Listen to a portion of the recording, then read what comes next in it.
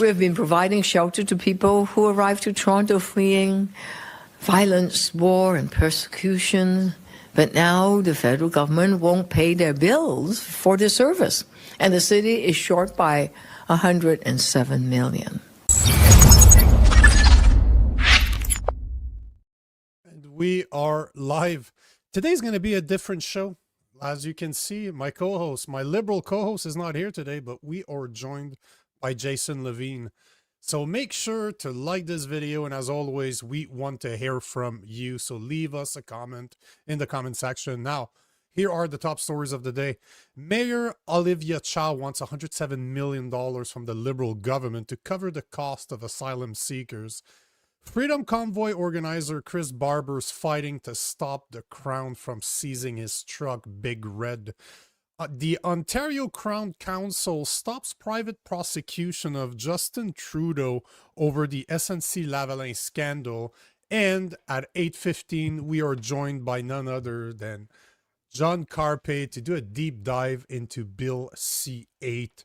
Get your comments ready because the show starts now. What's going on, bro? Not much, just kind of relaxing. No, not true at all. Staying all over X, staying over the news, getting denied by the Canadian Food Inspection Agency for an interview, being told by the RCMP that they're just following orders when I asked for an interview. You know, normal stuff here in Canada. We're falling apart. So they denied you, because I remember on Saturday you were excited that they actually returned your email. They did. Now they told you, hell no. Yeah, they returned the email saying, is there a deadline on this? I said, no, at your convenience. Let's do it whenever you can. Being very accommodating. And then they responded and said they were not supplying a spokesperson on this issue. So if I want to talk about something else, maybe we can get somebody, but not on the ostrich issue. Surprise, surprise, huh? Surprise, surprise. So Wilf is saying, hey, Jason. Hey, Wilf. Nice to see you, brother. How's everybody doing? Good, good. We'll see. We'll see. We'll talk about Bill C-8. I don't know if you guys had the chance to go through it, but I did. And as someone that worked in the telecommunication field for 20 years, there's a lot of problematics. I don't even know that we can address them. I literally have 5 pages of things, and I stopped. I'm just like, there's no way I can cover all of that with John Carpay. So the questions that I have are definitely more about how it impacts regular people, just like you and I, because they're asking for a lot in there. They're asking to be able to visit pretty much any premise that they want in the telecommunication field, in energy, in banks. Like it's wow. And it refers to the Disability Act, or the Accessibility Act, my apologies. It refers to the Telecommunication Act. And funny enough, there's some of the paragraph that they say exist that I couldn't find in the Telecommunication Act. So I'm hoping it's me, but they're referring to stuff that I couldn't find. So very, very, very interesting. Those might be amendments that they're adding later. Who knows? Yeah, referring to amendments in a bill, referring to amendments that don't exist to a bill that exists. I've seen worse. Yeah, but I think that's what the wise guy's asking. Anybody scared yet? Bro, when you start combining Bill C2, Bill C8, Bill C9, and the new Bill C63 that's going to show up anytime soon that we don't know what it looks like yet, it is absolutely scary, especially for guys like you and I that do this every day. They have enough to put us in jail.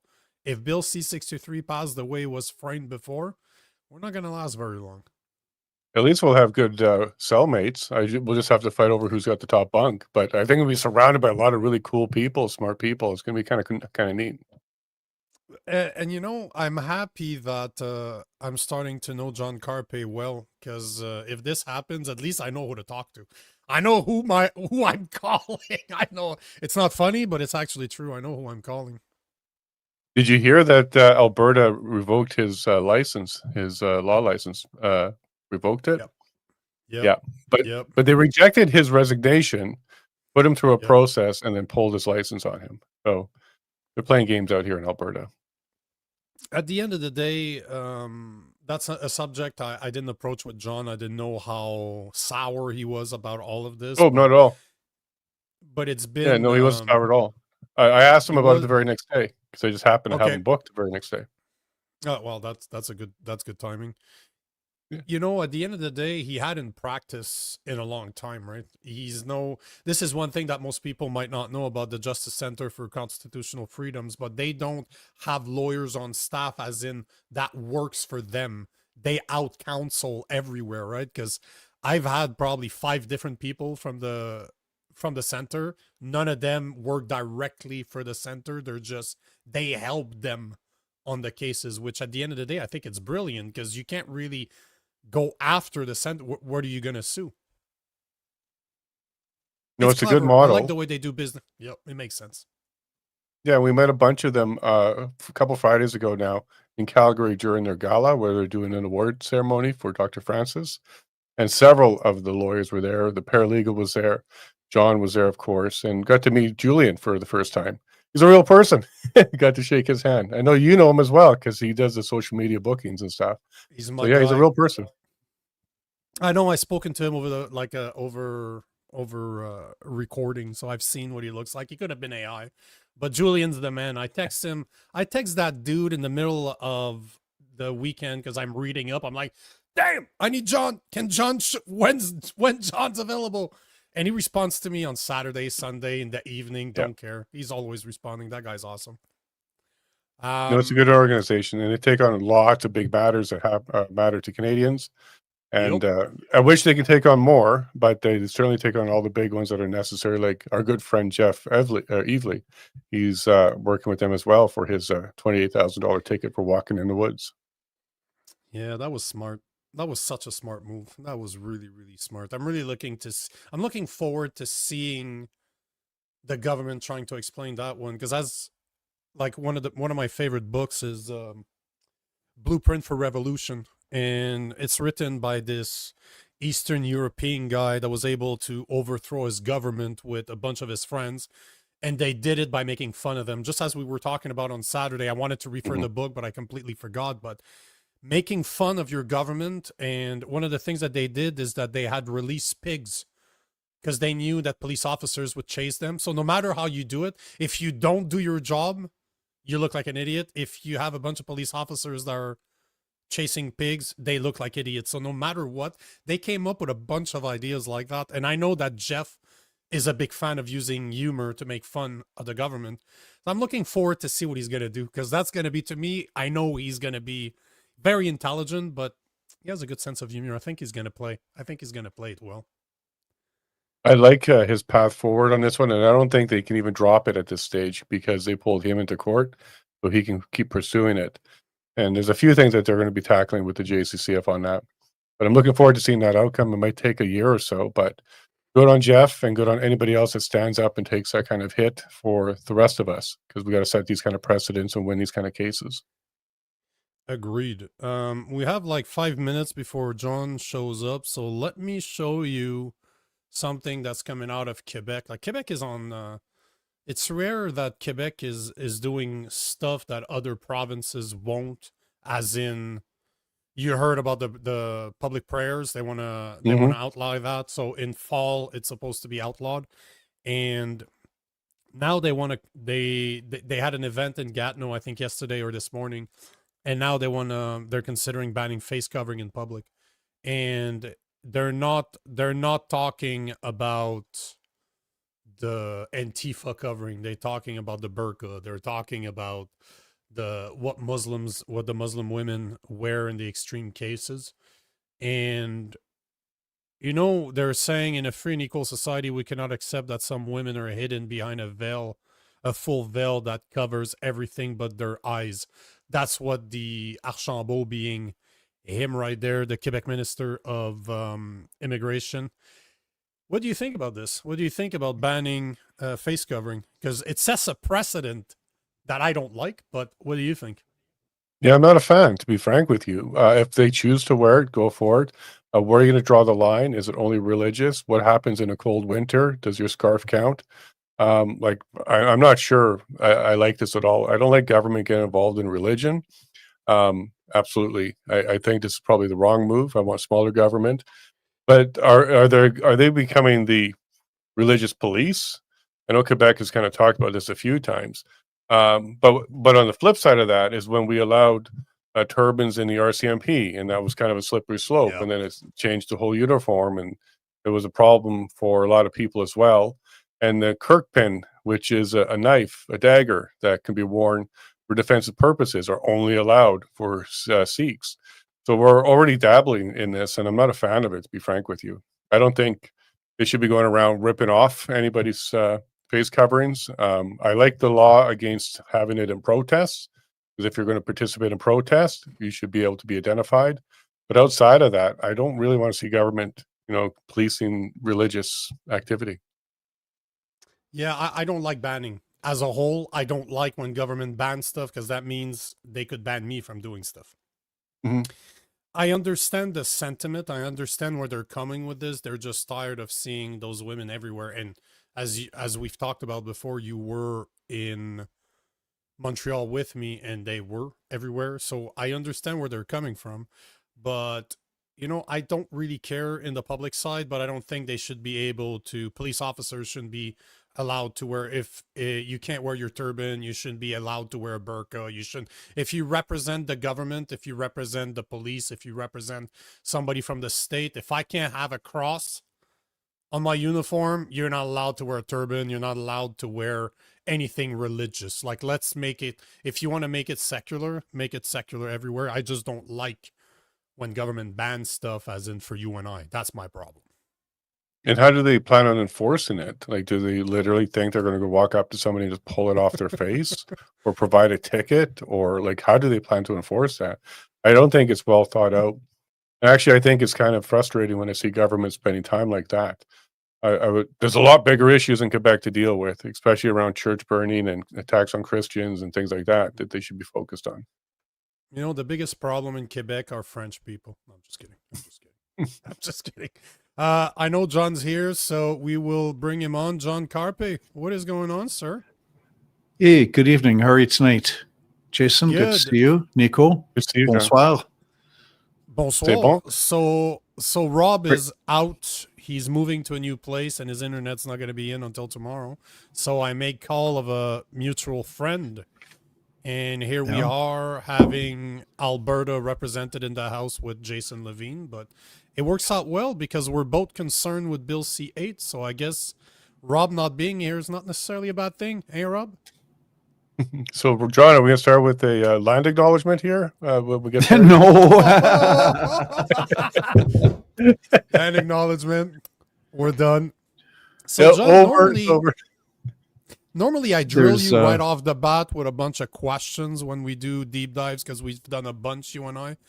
But today, because I literally have 5 pages and I stopped taking notes at one point, I'm like, okay, there's just too much. There's no way we can cover everything. But can you tell us what you see are the main problems with this bill? Well, we've got the government able to issue secret orders, and that's very scary, in the name of national security. And of course, I see this pattern now over and over and over again. Whenever the government attacks our rights and freedoms, it's always under a nice sounding pretext, right? So in Alberta, 6 or 7 years ago, we had this Bill 18 that kept secrets from parents about what their kids were doing with gay-straight alliances. But what do they dress it up as? It's anti-bullying, so you have to agree with us. Otherwise, you think it's okay for kids to get bullied at school, and so you have to agree with us.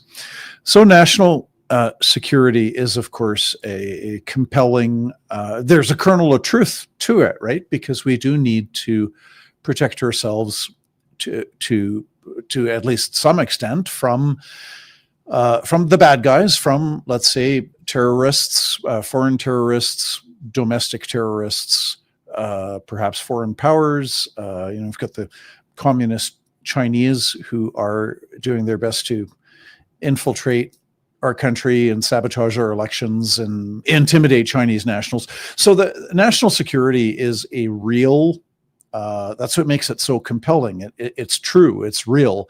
We do need to care about our national security. But what this new law does is it allows the government to issue secret orders against telecommunications providers and to manage their affairs in certain ways and to turn over data. And there are not many safeguards in the bill to prohibit abuse. So if it gets passed in current form, then you have a situation where it's like, well, you're just trusting that the federal cabinet and the police and the federal civil service and the judges, these people are going to be good, benevolent people that care deeply about the privacy of citizens. And, that's really the problem, is the way that it's currently worded. It's far too broad.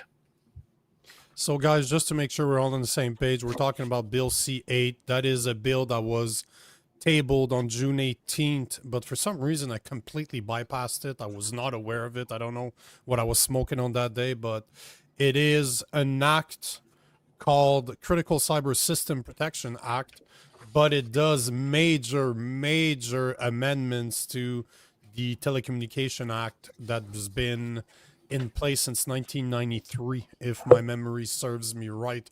But all to say that, yes, they do ask a lot from telecommunication companies. And as somebody that has worked in that field for 20 years, I literally installed the networks, I configured the networks, I supported the network, we did migrations. And there's a part, before we get in that part, like I really want to talk about a specific part that is part 115.1 AB, where it says that prohibits a telecommunications services provider from using all products and services provided by a specific person. So they start going down. Not only are they getting restricted by using specific services, specific products, specific type of technology, but they go down and say that they want to have the power to prohibit a telecommunications services provider from providing any services to any specific person, including a telecommunications service provider, and direct a telecommunications service provider to suspend providing to a specific period any services to any specified person, including a telecommunications services. And it goes on to say that the Minister of Industry, which is I'm sorry for my language, but one of the biggest twat that's ever been in a minister position, Jolie, she wants the power to be able to do that, not only where she feel is reasonable, but she needs to be able to do it with non-disclosure agreement, meaning that if I'm charged that I can't use the internet anymore, I can't even talk about it. Is that what the bill says, or am I completely out of left field here? The way the bill is worded, the government can target its political enemies and cut them off from internet. Now, presumably, technology might afford a way for somebody to, create a false account or use a false name, this or that. You could get around it, but that's not really the point, right? The point is that if the government doesn't like you, doesn't like your politics, then the government could order a communications company to stop providing you with services. And here's where we get into the naivete of, we trust government because government's always good, and we trust the politicians, we trust the bureaucrats, the civil servants, we trust everybody there. They would never do that, right? Is the naive. But the fact is the government is made up out of people, and people have a mixed human nature. We are capable of doing great, wonderful, good things, loving things, kind things, heroic things. We can be virtuous, we can be honest, we can be courageous. We've got all the good stuff, but we also have, every human being has a capacity to also do evil, and we can be dishonest and manipulative and cowardly. And so government is like electricity, or like fire, or even like sex.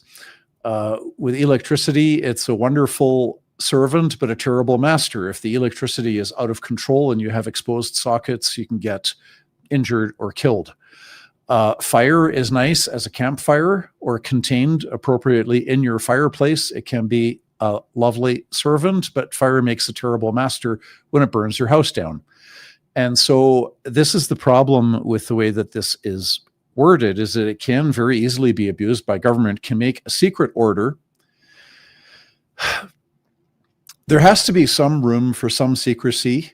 If you've got some sensitive police work to, protect us against foreign terrorists or internal terrorist individuals or groups that are in Canada, you have to have some leeway for secrecy. But this goes far too far on the secrecy front in giving governments the power to issue orders in secret, right? So the government can order, and then you're not even allowed to talk about it at all.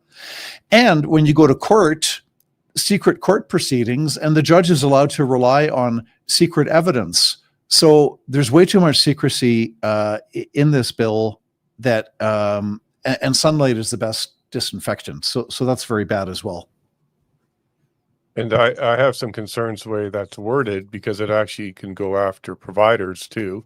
And an example of that would be Starlink. If Starlink doesn't want to do some of the stuff the government wants, they can go to, for example, in Toronto at 151 Front Street, that's a big trunk exchange for the internet. So those providers there can just turn off Starlink's access to the rest of the internet, and you wouldn't have access to whatever else is provided on their side of things. One step further, because John kind of touched on it, he goes, you could create a secret account or a different account to get back on. They're going to be tying Global ID into this. So Global ID is going to be your way to be identified on the internet as that individual. And by the time we get there to the digital ID side of things, if you don't have that digital ID, you won't be able to get on the internet. And then once you're on it with that digital ID, then they can go after you and you won't be able to make additional accounts. And then the last thing is going to be encryption that we saw in China many moons ago, where they had the Chinese firewall, it was called, where they wouldn't allow things like VPN to even happen, because VPN is a way to go around some of the checks and balances of the government. And I highly suspect that things like VPN services will be shut down, or even the protocol will be shut down, unless you have a permit by the government to be like a business using it for business reasons. But they'll go ahead and do things like that, because ultimately their goal is to see what they're doing. People are doing on the internet, and that could be for good reasons, like John's highlighting there, for police activity and terrorist activities, or just going from open source to closed source information. We know that they like to scrape open source. So if they can get behind some of other communications like Discord and other services that are not so open, this would be one way to do that. So I wouldn't be surprised, Nico, if we see things like targeting encryption, requiring certain encryption types of things to be turned off, or you need some sort of permit to go ahead and use it. So you have to kind of make your case to go ahead and encrypt yourself. But the big one for me is the digital ID, because eventually the internet's going to require that. And BC has already started doing that. BC has already started using their digital ID and their digital wallet to access their services online, which will then expand to other services online. So we're seeing the beginning stages of the Chinese firewall taking place here in Canada. Man, you're bringing a lot of memories back about the Chinese. And most people don't understand that they're American companies that built, it was Cisco that was a big part of the Chinese firewall, which is one of the biggest networking company in the world. So those were hired by really high-end people. Like, those were not communists that built it. Those are normal companies that saw a massive amount of money, so they built it for China. But you're absolutely right that 151 Front being literally the biggest exchange in Canada, where everything connects. Everything that's coming from the US, everything that's coming from Europe, everything that's coming from overseas, all connects at 151 Front. Like, how much work have we done at 151 Front? But it's interesting, because I have thought of Starlink being the perfect victim of this, because what did Doug Ford say? That he wanted to cancel a bunch of contracts with Starlink because he doesn't like the guy that runs it. You already see the government that wants to be able to do that, but they don't have the power to really do anything yet. But Bill C-8 would be the power that they need.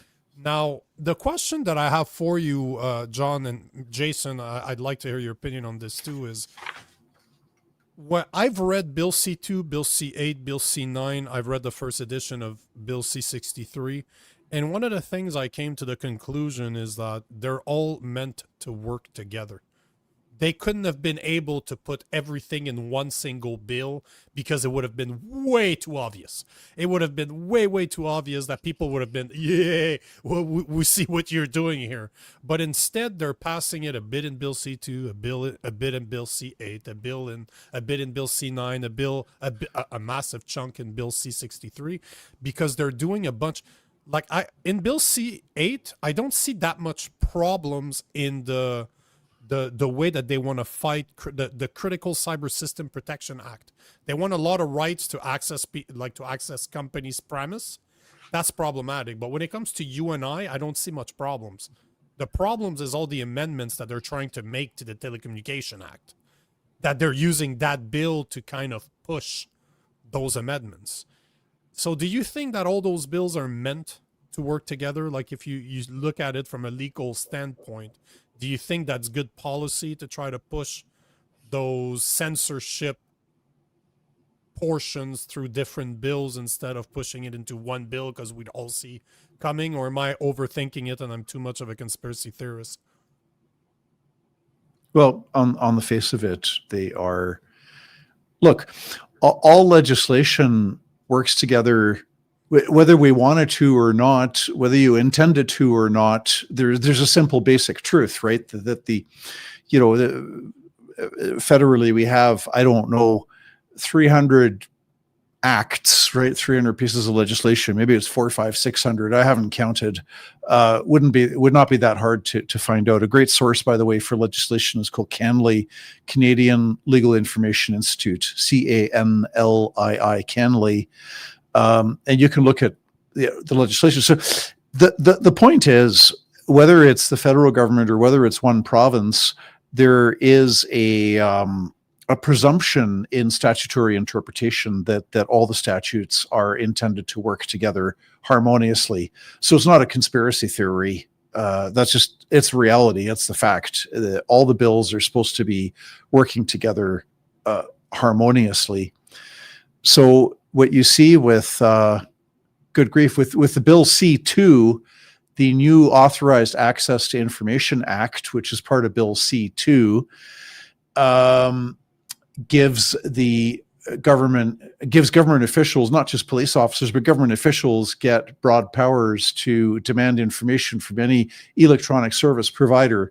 And then when I see some of the things in Bill C8, it sounds quite similar, where the government can, the minister of industry can issue secret orders compelling telecommunications providers to do anything or refrain from doing anything.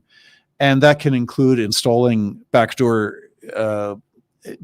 in systems and weakening encryption standards and so on. So there's actually overlap. There appears to be some overlap between Bill C8, where the government gets these powers and to issue secret orders against companies, do this, don't do that, in the name of, security, national security, keeping us safe from terrorists. But then in Bill C2, you also have new powers for government to demand and to be legally entitled to receive information that they want from electronic service providers, which is so broad. Anybody who sends out emails, any business, any charity, any independent media, if you send out emails containing information, you are an electronic service provider under Bill C2. Now, what do they call it? Strong Borders Act. I mean, it should be called the Strong Surveillance Act. But it's a good pretext, right? Because most people legitimately want strong borders. We don't think that just anybody who feels like it can just walk into our country and start living here without our permission. So strong borders are good, but then they bring in this privacy violating stuff as well. And I kind of concur quite a bit with John there. And with the pending collapse of Canada Post, everything's going to go digital soon. We may not even have the option to do old-fashioned paper. And with C9, they're removing the Attorney General from the process, so police can expedite and quickly go through and define something as hate or hate-related. Even if at the investigation stage, they can then leverage that into Bill C-8 to go ahead and gain access to stuff without even Attorney General involved. Like, you put those three together right there with the potential collapse of Canada Post, everything's going to be digital, and the government can demand things, and we're taking safeguards out of the equation, like the Attorney General. You may not like them, but at least there were a check and balance in place. So we're losing that on Bill C9. So you put that together, Nico, and I think you're nailing it. And there's probably some more in the pipeline that we don't know about. But at some point in the very near future, I'd say within 5 years, there'll be nothing that they can't get when they want it. And this is the kind of tools that they wish they had during the convoy, because they didn't have these kind of tools during the convoy. Had they had these in the convoy, it might have been even worse for Canadians. And I'm kind of concerned. When can you have conversations? When can you talk to your mom about your concerns about the government's actions, like Chris Carver did with Betty Carver, and then have that used against you in court? Because he was just having conversations with his mom about his concerns, and he spent a lot of time in detention and prison for that. I see this absolutely eroding all privacy on a digital level. And I think you're actually clever when you recognize that they're not putting it into one bill called Let's Screw You Over Act. They're splitting it up. So people have to kind of make the connections themselves or learn later that these do work together in tandem. Yeah. And I agree. They're not going to pass. They're going to call each other too, right? Sorry, John. They're going to make, once Bill 63, if let's say Bill C2 passes, Bill C63 is going to refer to Bill 2, because it's impossible to do all the cross-checking. There's so many bills mentioned in this bill alone that you have to have 20 documents open in order to cross-reference everything that they're referring to, because they're not copy-pasting what they're changing. They're literally saying, we are adding an ad. We're removing the or at the end of the paragraph and changing it for an end. I'm like, what paragraph? I couldn't even find the paragraph they're talking about in one of the amendments that they're trying to make to the Telecommunication Act. It's not part of the act that's online. I couldn't find it. So what the hell are they talking about? But I think, they're just like you were referring to, I think it was Bill C2, where Bill C9 is allowing police officers to press charges without the Attorney General.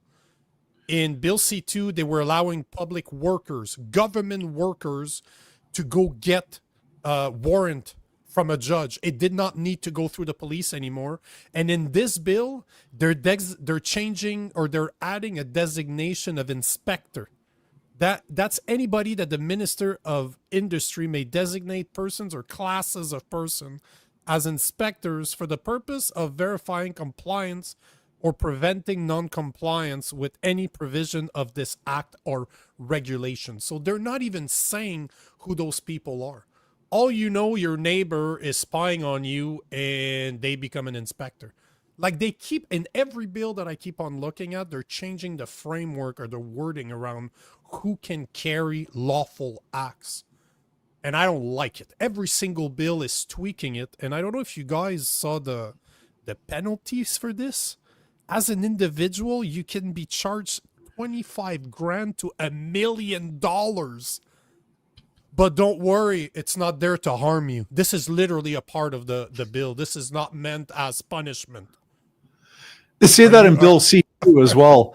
In Bill C2, they say, well, these 100,000, I forget the amount now because it was a few weeks ago I was last looking at it, but this $500,000 penalty, it's not intended as a punishment. It's to encourage compliance. It's just.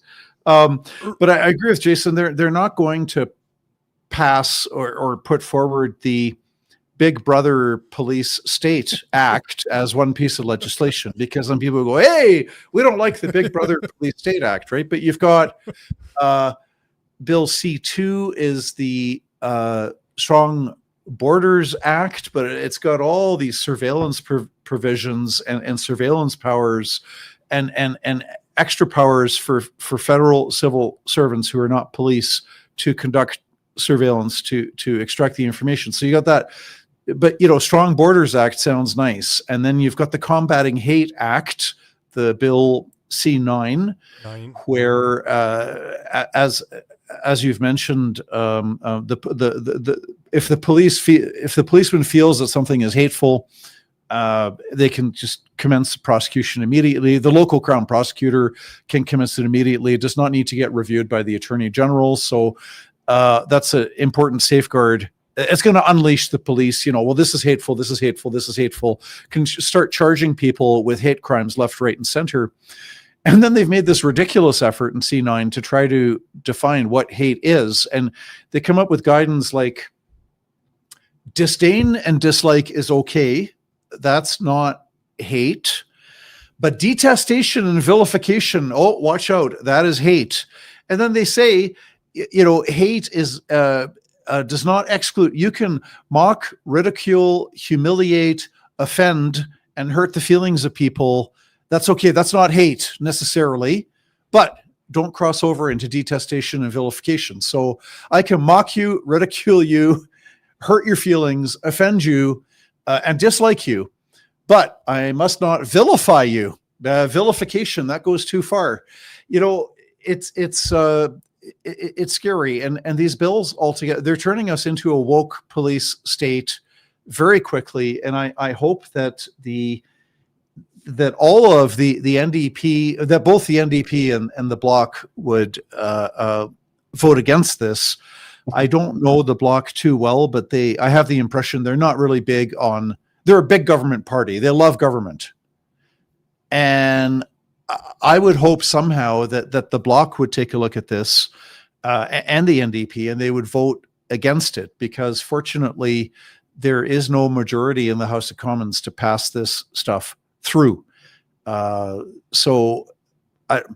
what is there any chance that the Bloc would stand up for civil liberties and look at this stuff like on C-8? The Bloc and the NDP are both opposed to it. With the Conservatives, the Liberals can't get it through. I completely agree. Unfortunately, the Bloc is all about Quebec rights, right? They don't care about. They're just I don't even know. But shouldn't the Bloc then logically want privacy rights for Quebecers and the right of Quebecers not to be subjected to secret orders where they can't even challenge it in court effectively? This is not good for the rights of Quebecers, right? From a civil liberties standpoint. And I agree with you, but at the same time, they're going to ban public praying in the fall. So they're passing legislation to ban that. And I was just showing before you came on the show, I was just showing Jason that one of the ministers is going to be putting forward legislation to ban face covering in public. So what if there's a pandemic and the government tells everybody to wear a mask? Then there's an exemption all of a sudden and we all have to cover up our faces? What's a mask? Does that mean that all the guys dressing up as women, do they need to stop wearing all that makeup? I'm just kidding. I'm just kidding. But all to say that I wish you were right, but I don't think they are. I don't think they care. I think they've been, during COVID, we were the most restricted province in North America, if not the West. There was not more restrictions than in Quebec. So yeah, no, I don't see it. I do not see it happening whatsoever. But at the same time, you know how you deal with the Bloc Québécois? The only thing that they want is if you give them something for Quebec, they might be on your side. So you're going to need to buy them. You're going to somehow need to buy their affection. But at the same time, John, you know what scares me the most about this is that the Conservatives are not really talking about this. They're not really talking about Bill C-2. They're not talking about Bill C-8. They're not really talking about Bill C-9. They're not really talking about Bill C-63 either.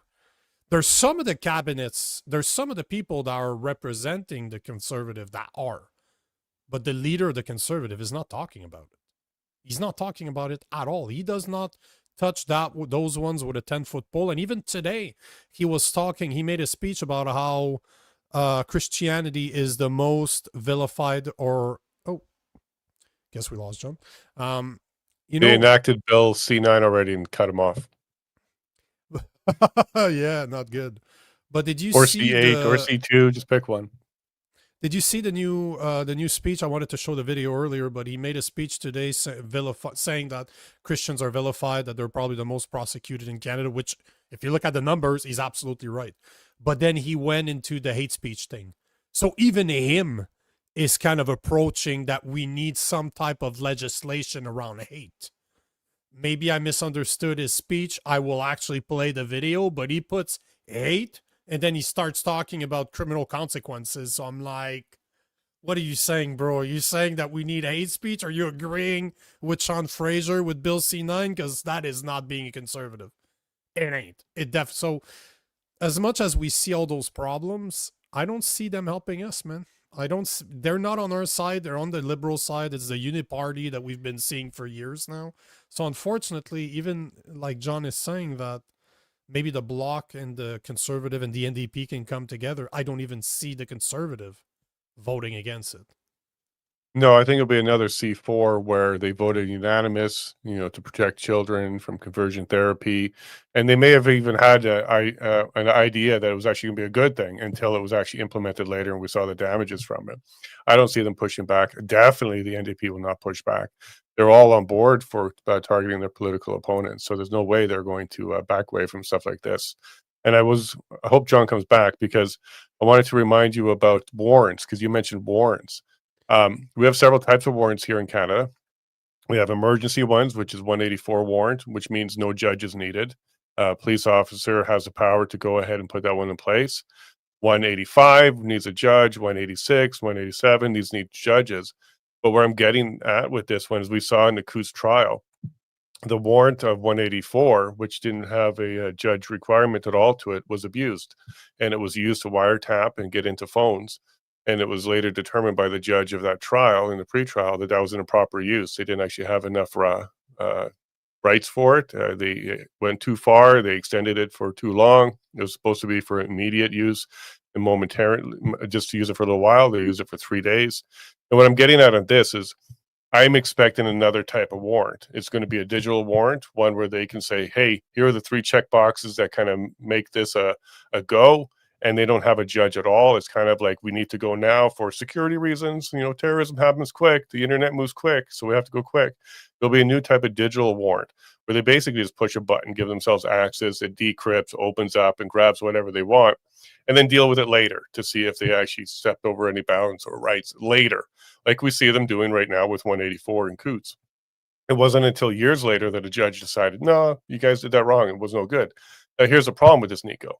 You would think that once a warrant is determined to be illegally used, you would think that anything that came out of that warrant would be thrown out. That didn't happen in Coutts.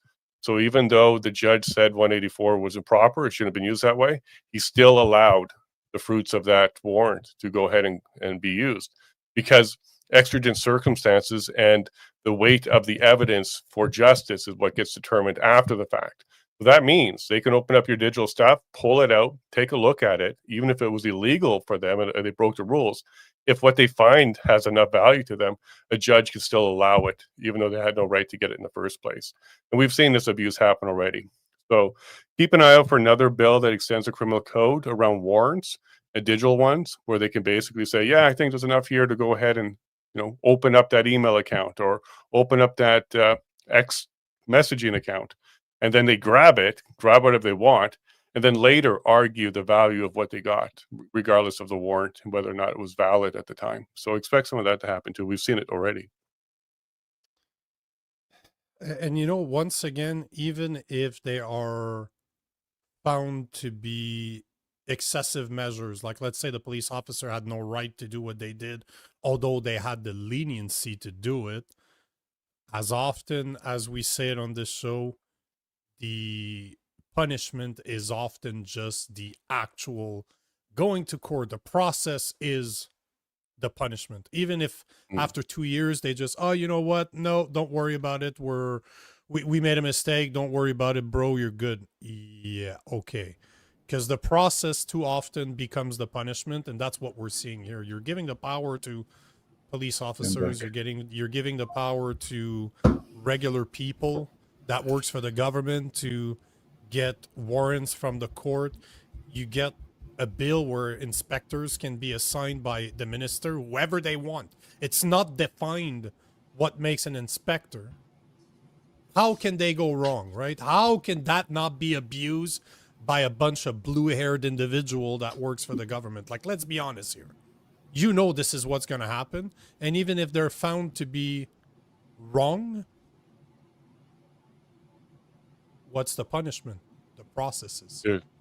Yeah, there is no punishment to the government when they're found wrong. So, John, while you were gone, I kind of highlighted my concern about warrants and how they've been abused in the past. And I'm worried about a new type of digital warrant that they give themselves the power to, open up email accounts and go and see whatever they want because they believe there's enough probable cause at that time to do it. And then I use the example of the 184.4 warrant that got used in Coutts to go ahead and wiretap the Coutts men down there. And it was later determined by the judge that it was an improper warrant. They used it for too long, and it was not a good warrant. However, there was another proceeding about whether or not the evidence can still be used. So even though they used the warrant illegally and went in there and got evidence, there's another step to, whether or not the evidence could be admissible, and a lot of it ended up being admissible. So I can see how they would use the power of a digital warrant to go ahead and grab whatever they want, see how much fruit they can get, and then use that against you later. And don't even worry, because it's going to go into the court in 2 or 3 years. A Crown is going to argue it, see if it's admissible or not. But at the time that it's used, I see the bar being super low. No judge needed. Nobody's really checking and balancing this at all. And they just basically push a button that says, I have enough probable cause. I'm going to go look at this Gmail account. And then they go ahead and do stuff like that, just to go fishing even sometimes, under the guise of security and terrorism and all that kind of stuff. Well, C2 as well has lots of provisions for warrantless searches. And it's a huge problem.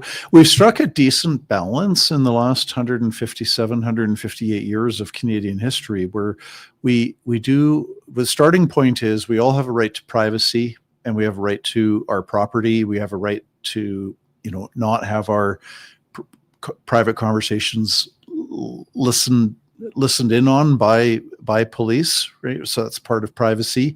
Your home is your castle. The police cannot enter your home. These are all the starting points. But then the balance was struck whereby if police said, we think that, Mark Smith, apologies to any listeners who are named Mark Smith, but we think that Mark Smith is collecting, distributing, selling child pornography on his computer. But the only way that we can obtain further evidence on that is to, wiretap his house, or have a way of monitoring his emails, or have a warrant to suddenly bust into his home, break the door down when he's not expecting it. But then you have to go to court, and the police have to say, we need, A, B, and C. We need to violate his privacy. We need to violate his property rights to have, secure access over his own home. We need these powers because we have reasonable and probable grounds to suspect that this guy is trafficking or selling, distributing child pornography. Okay, so that's the balancing act that we have always struck. So there is a way for law enforcement to, in certain rare situations, they can violate the privacy of one individual when they have reasonable grounds to believe that person's probably committing a crime, right? But the rest of us, the other 99.99999%, the police cannot bust into our house or do a wiretap or anything. So we're losing that balance here with Bill C2 creating so many opportunities for warrantless searches. And we have this here too, the bill empowers the Minister of Industry to issue secret orders compelling telecommunications provider to do anything or refrain from doing anything. It's way too broad. Completely true. And Nico, what would be the worst platform for the government to shut down on you right now as a podcaster? Would it be YouTube, X, something else? Instagram probably is my most popular one, the one I spend most time Have you on. considered StreamYard? Yeah, it could technically If they shut down StreamYard, there goes a big ability for us. 100%. And you know what? There's a question from Logan White that I'd like John to answer. A ban on VPNs, would it be constitutionally questionable, or would that be okay for the government to ban VPNs to be used? The governing principle is that in the Charter, the government can violate our rights and freedoms, including the right to life, liberty, security of the person. That's Charter Section 7, including the right to be free from unreasonable search and seizure, Section 8. Governments are, under the Constitution, under the Charter, governments can violate our rights and freedoms, but they have to operate within the framework known as the Oakes test. Oakes was a decision from 1986, OAKES, Oakes. And so, first of all, the government needs a pressing and substantive objective. Usually they pass that with flying colors because they say, well, it's, we got to fight the virus to save lives, or we got to, protect Canadians from terrorism. Or we have to save the planet from burning into a crisp, so we have to stop climate change because as we all know, mankind controls the climate. We always have, we always will. Sorry, sarcasm. Anyway, on the first one, they can get away with things pretty easily. They can declare it's national security, keeping Canadians safe from terrorists. Okay, fair enough. Then they have to move on to there's three things the government has to do.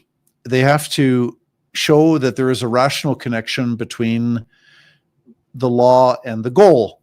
So if the theory is that we're in danger of burning up into a crisp in the climate holocaust, rational connection would be to say that we have to have lower fuel emissions. Okay. Here, rational connection between protecting us from terrorists and having the government with the ability to order the communication service providers to do or refrain from doing things. So that's rational connection. Minimal impairment is the government has to show that it's achieving the goal while violating rights as little as possible. And then the last one is a cost-benefit analysis. The government has to show that the harms of violating privacy are outweighed by the good of the legislation in protecting us from terrorists. So it's complex. That's the framework. Now, what we saw, maybe judges will be different on this issue. Maybe they'll care deeply about the civil liberties. But I can tell you for sure, under COVID, this Oakes test was not applied. In fact, we had judges. So when the Justice Centre challenged the lockdowns and the vaccine passports, we had one judge, Renee Pomerantz in Ontario, recently promoted to the Ontario Court of Appeal. She said, I'm neither equipped nor inclined to resolve scientific controversies regarding COVID. So therefore, I'll just rule in favor of the government, because the test is not that the government has to demonstrably justify its freedom violating laws, but the question became, was it open to the government of Ontario to do what it did? So very much a lowering of the bar for government. Now, maybe judges will be different. It's possible. It's actually possible that because the judges are not subjected to the daily, hourly propaganda about the false claims that this virus making it out far worse than what it was, you don't have the same propaganda directed at judges on how dangerous the terrorists are and that we should just disregard civil liberties. So there is hope, potentially, that judges will treat this differently than how they treated the lockdown measures. Do you even think that they understand the implications? Because I've watched a lot of the House of Commons. I did the same with the Senate in the US, and I watched the way they ask, like, remember when Mark Zuckerberg was had to appear in front of panels? They don't know. The guys are so old that they don't understand technology. The senators have no idea what they're talking about. And Zuckerberg's just sitting there like, are you guys retarded? Like, what's wrong with you? You're not asking. Even him, he's laughing because he's like, you guys are not asking the right question. But okay, keep on asking your dumb questions because you don't understand. But do you think the average judge even understands what a VPN is and what you use it for and why it would go against the Constitution to block it? Because that's the biggest problem I see coming from the the tech world is the average person has no clue how technology works. They know how to use it, but they don't understand how it works. Well, but that's an all-pervasive problem on every issue, right? You could have, let's say, a patient is injured during surgery and sues the doctor for medical malpractice, and this comes before. I would say 99.99% of Canadian judges are not doctors. There might be one or two exceptions. I once knew this guy who was a medical doctor and then he went to law school. I don't know if he ever became a judge, but generally speaking, judges are not medical doctors. Yet they have to make a ruling on whether the doctor is negligent, whether he's liable for failing to meet the legal standard of the reasonable doctor performing his job reasonably well. And so this judge might have to listen to an medical expert for the plaintiff saying that the doctor was negligent, but the doctor and the insurance company, they're going to have their expert saying that the doctor was right. And the judge, who might not have any medical training, has to make a ruling. So there are quite a few judges as well in their 40s, 50s, 60s. They're not all in their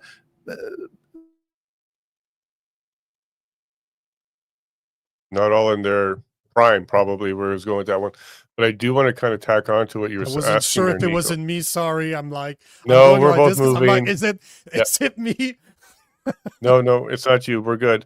Another thing I want to kind of tack on to there is when the government is one of the parties, so whether they're the applicant or the respondent, the judges historically, and we're seeing this through COVID and we're seeing this with the ostriches right now, historically will side with the government's experts and not side with or even allow the experts for the other party. So what John was talking about there was like medical malpractice, where somebody's injured, maybe suing a hospital or suing or dealing with an insurance company or something like that. Yeah, civil litigation is a lot of that, and you can usually get both sides having an expert. But when one of them is a government agency or the government itself, the courts very frequently will just rely upon the expert advice and opinions from the government side. We saw this through COVID. They took judicial notice. We're seeing this with the ostriches right now. The Canadian Food Inspection Agency was allowed to bring their experts, but all their experts were denied. We saw this with Detective Helen Gruce. The police side of things were able to bring in their witnesses and their experts, but Detective Helen Gruce was not. So when you're an individual fighting for your rights, and usually when you're fighting against a government entity, agency, or the government itself, the courts, tribunals, hearings usually will just take it at their face value. They don't even try to do the math on that.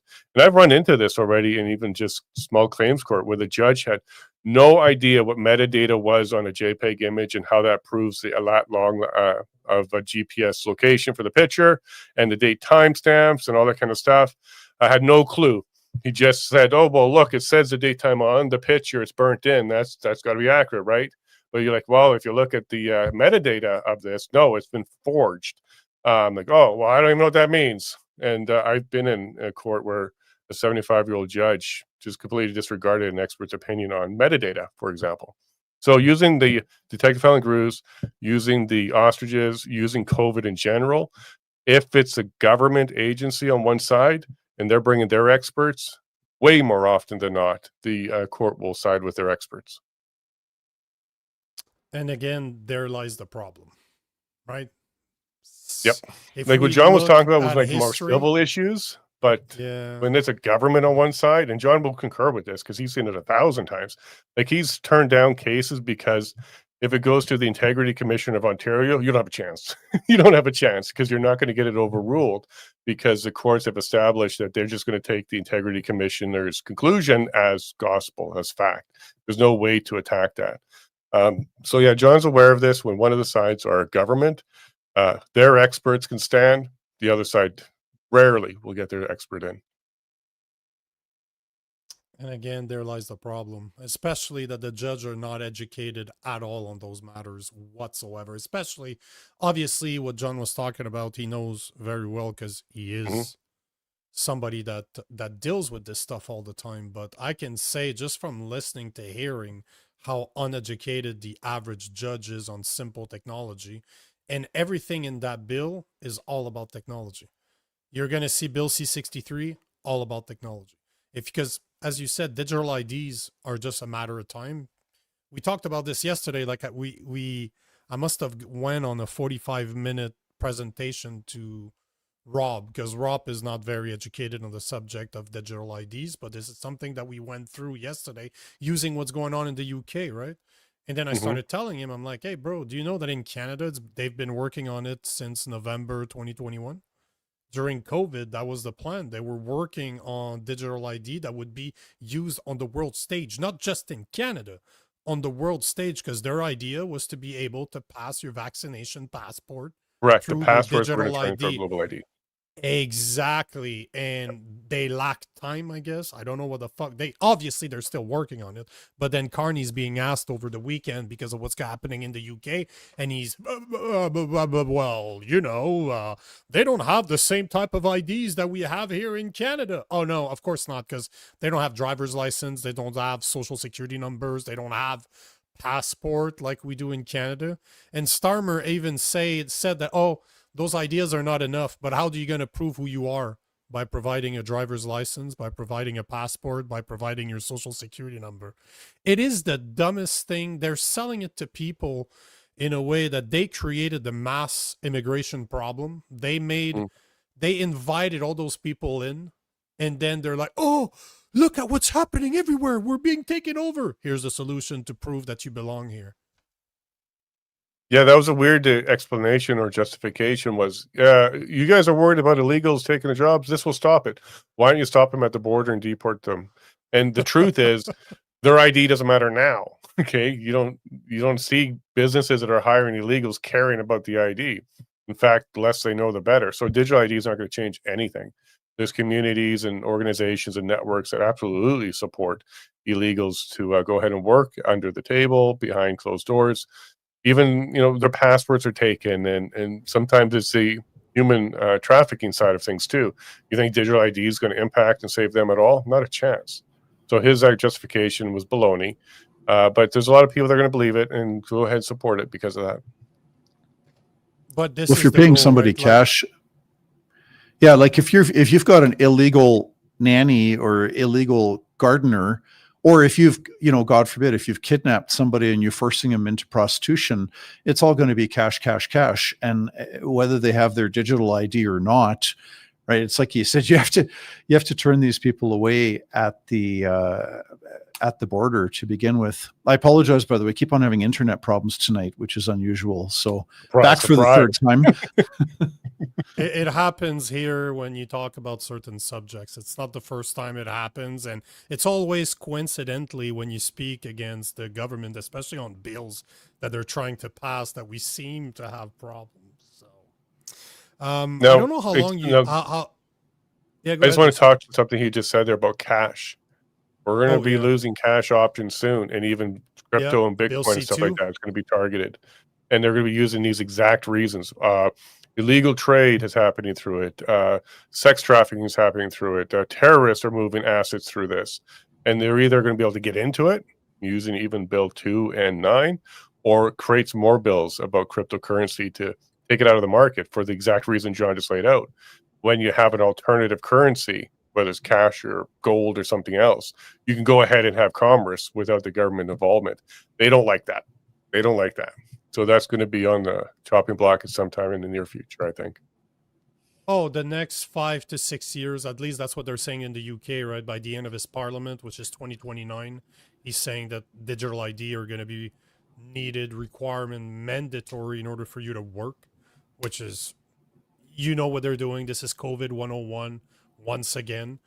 John, I don't know how much time you have, but there was another subject since you're here that I'd like to approach with you, since I know. Well, we have a cumulative time, so we dropped off for a little bit, so we get that back now, right, John? Is that the way that works? Yeah, I'm pretty sure that's how it works too. Is it about the National Day of Truth and Reconciliation on September 30th? Because I've got a column. Land of Acknowledgements. That's what I do. When I hear Land of Acknowledgements, I kiss the totem pole, the woke totem pole. No, it's about Chris Barber. I wanted to talk about. Oh, big red truck. I saw that you posted about him yesterday. So obviously, if you're here, I'd love to talk about it if you have the time or the inclination. No, absolutely. Okay. Well, So they're going after his big red truck, because we all know one of the most known picture that was taken at the Freedom Convoy is literally his red truck, and we came to associate it with the Freedom Truckers. So is that what they're trying to do? They're trying to kill an image? Well, keep in mind, remember under Bill C-9, symbols can become hate, and then the symbol of the truck might become hate. Who knows? They may have a couple ways to try and get that thing. Sorry, John, for that. No, it's okay. Just a little side tangent. It's interesting in C9, they banned the Nazi swastika, but I don't know if they're aware of the fact that the swastika didn't originate in Europe in the 1930s, but it's an ancient Sanskrit symbol for good fortune and prosperity. I have seen swastikas on the homes of Canadians who are Hindus or Buddhists, and they have it on the outside, kind of like a good luck symbol. And I hope the police will understand the difference before they start charging these people with hate crimes for having that. The communist hammer and sickle, which is the banner under which communists in Russia, China, Vietnam, Cambodia murdered tens of millions of people.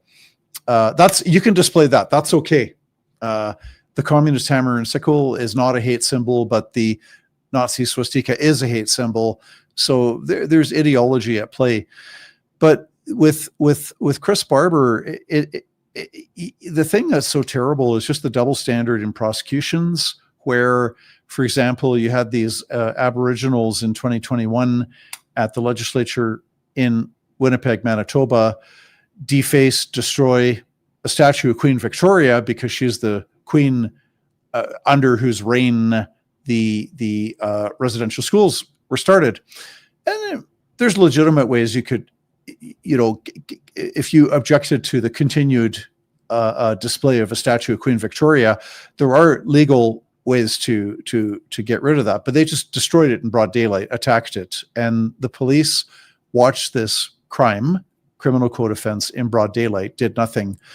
And you see the obstruction of streets in Toronto by people, Muslims praying and obstructing the streets. Obstructing a highway is a crime. Well, in fact, Tamara and Chris and other people were charged with, or one of the things that what they're charged with, the mischief charge, is to interfere with the lawful use and enjoyment of property. That is a crime, right? That was the only charge in Coots for all the protesters, is that exact one. Yeah, the Free Palestine movement every single week in Ottawa is using the exact same street the convoy was on. And they block it without a permit, but yet they're protected by police. Same place. It's the exact same street. Wellington? Same place. It's on Wellington. They're always on Wellington. They're always blocking the street. They're taking over. No problem. It's the exact same street as the truckers. And yet they just got, did you hear that they just got all their violation for making too much noise after a specific time canceled? The government just like, oh yeah, all the tickets that were issued to Free Palestine protesters because they were making too much noise at night, no problem, we took it away, guys, we got you. Well, that happened after the party recognized Palestine as a state, so then they got rid of all the tickets right after that. Mm-hmm.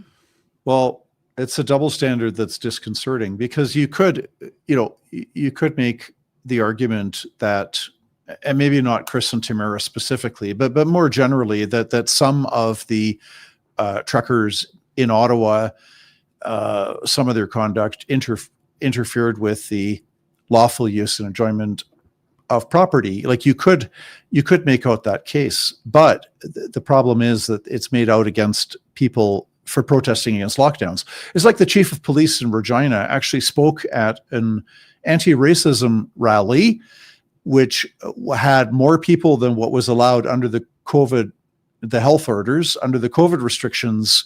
Saskatchewan, you could have only 10 people allowed outside, whatever the number was, but they had hundreds of people there.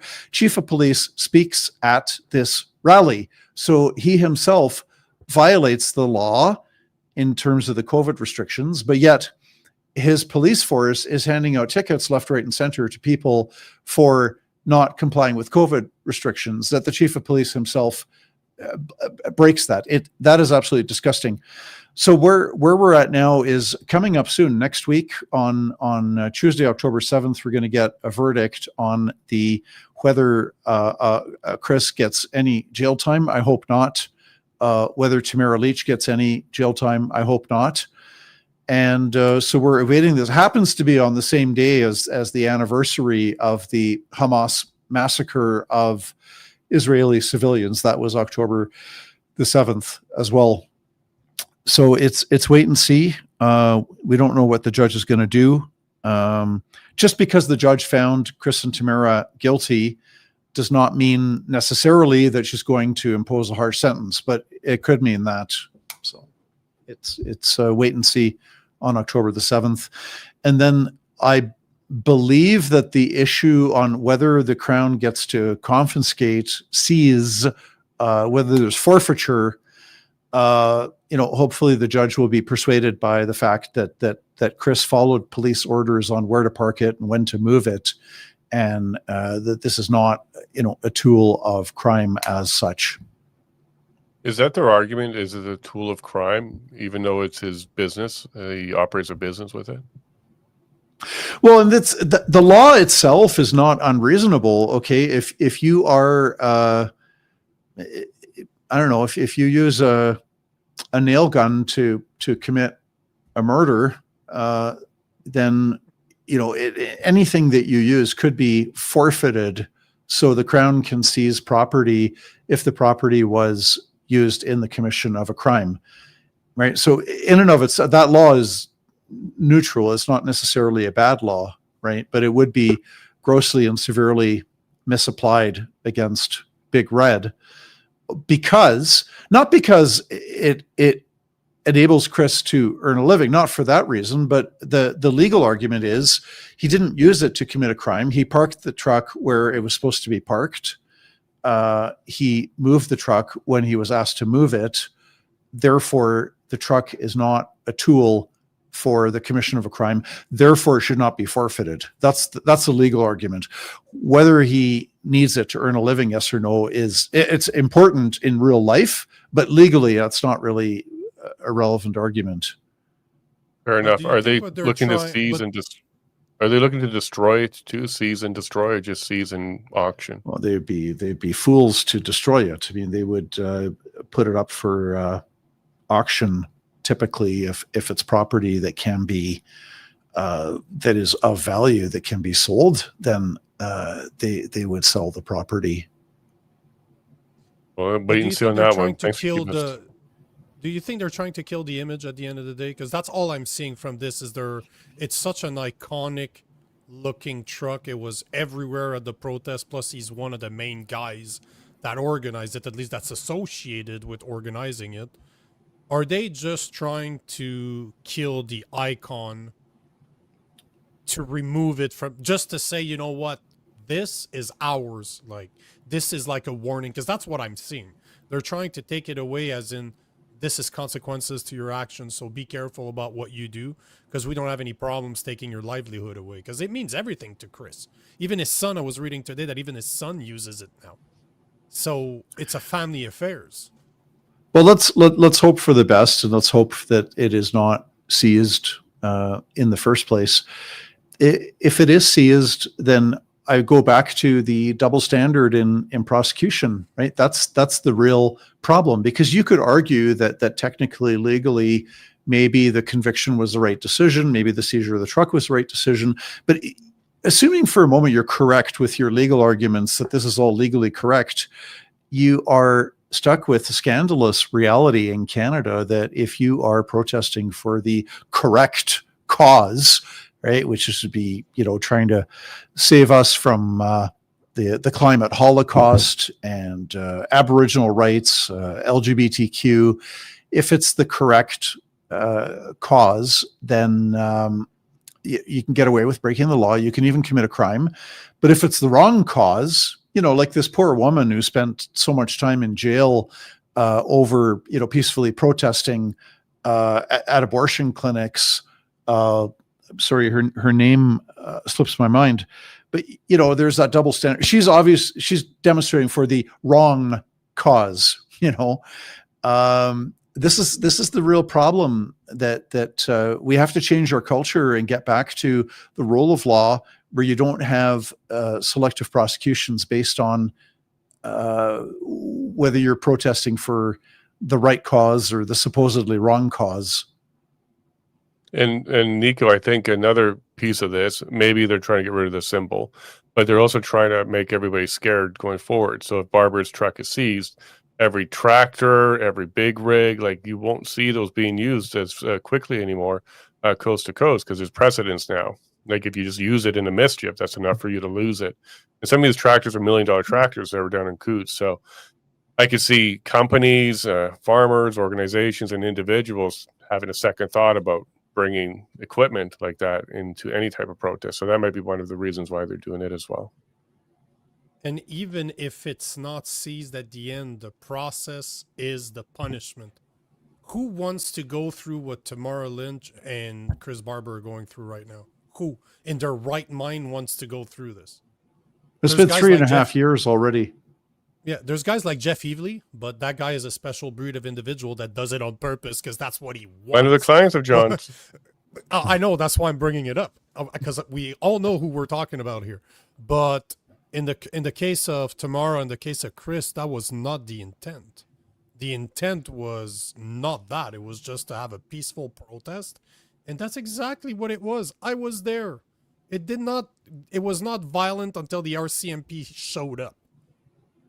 And inflicted violence on the protesters. They're the one that caused the violence, not the protesters. So at the end of the day, to me, it's just they want to show people that dissent will not be tolerated, and they've weaponized our justice system they don't even need to put you in prison. They can drag you to court for 3.5 years like they're doing right now, so to make sure that dissent is crushed even before it starts. There's not much to say about that. You've nailed it, Nico.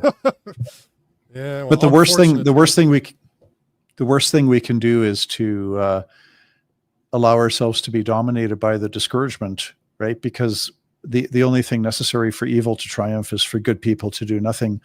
So as long as we remain active, I often reflect on Professor Matthias Desmet from Ghent University in Belgium, wrote a book, The Psychology of Totalitarianism. He was one of the few academics in the world that spoke out against lockdowns and pointed out that it was mass formation, mass psychosis. One of the most important things that he says is that as long as you still have a minority of people, or a small number, even if it is a small number, but if you have people publicly speaking out against tyranny and against injustice, as long as you have people publicly speaking out against it, there is a certain restraint. Once you get to a point where nobody is speaking out anymore at all in the public square against the tyranny, that's where it goes really, really crazy. And that's he mentions the examples of Nazi Germany and Stalinist Russia, where there was no longer any dissent in the public square at all. And then it seems the tyrant loses all restraints. And so as long as you have still people that will speak out in the public square against the injustice and against the tyranny, then at least there's some restraint that is placed on it. And so it's extremely important to keep on going. We don't know what's going to happen next. History shows plenty of surprises, things that just didn't work out the way it was planned. So as long as we keep on speaking out, that is our best defense, is to keep on exercising our freedom of expression. And when if you're not pushing back and they have secret processes, we're in very dangerous territory there. Yeah. I don't know if you guys know Dr. Greer, but he said that you need about 10% of the population. The 10% of the population can convince the other 90%. That's his theory, and I agree with him. So all you need is about 10% of people. But John, as always, it's always a pleasure to have you on. I always look for reasons to invite you specifically. So thanks for being here. It was great to have Jason on at the same time as you, but thanks again for showing up. I don't know if you have closing words before I kick you out. Well, tomorrow I'm releasing a short video on the National Day of Truth and Reconciliation, and that should be interesting. And the Western Standard is running a column on the topic. And spoiler alert, I argue that the way the truth and reconciliation should be pursued, and the way to pursue them is not by making false claims and not with having race-based laws. The way to reconciliation is to have a country where all Canadians pay the same taxes and we all have the same access to public spaces. We all enjoy the same hunting and fishing opportunities, and we're all equal under the law. And that's the way towards reconciliation. But anyway, that's coming out on Tuesday, September 30th, and I'm curious to see how much interest that sparks. And thank you so much for having me on your show. Sorry for the technical difficulties. I was on the show 3 times tonight. Next time, I hope, is just once, because there are no technological difficulties. And John, I do want to give you a special thanks for that memorable night in Calgary at your gala and that award ceremony. You filled that room up with so many amazing people. It was a great night. Thanks for including me in that. Well, I'm so glad you were able to attend. Yeah, we had a lot of fun in Calgary on September 19th. 250 freedom-loving Canadians, including lots of leaders and independent media. So we'll do it again in September 2026 for sure. I'll bring my co-host next time, my wife. It was really appreciated. Thanks for inviting me, by the way. Well, I'm sure you would have it if you're in Calgary. Have a good rest of the night. Same to you, John. Yeah, he's a good man. So, I'm a fan. I'm a fan. He's very clever. Because I asked him the same question about the symbols like twice or 3 times, and he's just not answering it. He lawyered me by running. I just hope that the verdict is a good one. The symbol of the truck? Yeah, saying that when I was saying that, in my opinion, the government is trying to kill the symbol. They're trying to assassinate the symbol to say, this is what, because you look at the Freedom Truckers and you look at the Freedom Convoy and you look at the pictures, you can almost always see Big Red, and it's Canada red too, right? You look at it, it's very noticeable. You recognize it. Chris Barber looks like a big boy too. So he's easy to see, and then you think truck. Just Google Chris Barber. There's a bunch of pictures of just Big Red. He's not even in the picture. It's just Big Red that's there. So to me, they're trying to assassinate the image of what it represents to the Freedom Convoy, and they're crushing dissent. Yeah, you may be onto something, because to erase history, you got to get rid of any of the symbology and heroes and people that you looked up to. So to erase history, yeah, maybe you're onto something. I know James Without Sowery, creating martyrs, you need to be careful not to create martyrs either. So that's why I wouldn't be surprised that they are not found guilty. At least they have a very small punishment for what they did. Because do you really want to create martyrs right now? I don't think it's the right time for them to do it. But going after his truck is enough for most people to say, I cannot lose my livelihood. Well, maybe there'll be 1,000 Big Reds in a couple of weeks. A bunch of people will start customizing their truck to be the same, and maybe this will backfire, and there'll be Big Reds all over the place after that. You know what? I hope so. If I had a truck, I'd paint it red just in unison of Big Red. Why not? I love dissent, man. It's our power to use it. So I would love to see it. I would love to see that. That's such a great idea. There's plenty of pictures out there, so yeah, I'm sure you guys can customize your trucks, and there can be 1,000 Big Reds by the end of the winter all over the roads. They'll drive the police crazy, the government crazy, if you're right about that, because they'll be everywhere now. You'll see Big Reds everywhere. It'd be nice, man. I'd like to see it. I'd really, really like to see it. there's a few more things I wanted to talk about. So let's touch on the subject that we had to talk about. It's going to be a quick one. It's just, she is such a madhouse. The mayor of Toronto. I just want to play a quick video. You tell me what you think. I don't know if you cover a lot of politics that's going on in Ontario, but I do all the time. So here is Olivia Chow telling us that she expects the federal government to give her $107 million in order to pay for the influx of refugees that have come to Toronto. And if they don't, she will have to raise property taxes in Toronto. Who arrived to Toronto fleeing violence, war, and persecution, but now the federal government won't pay their bills for the service, and the city is short by $107 million.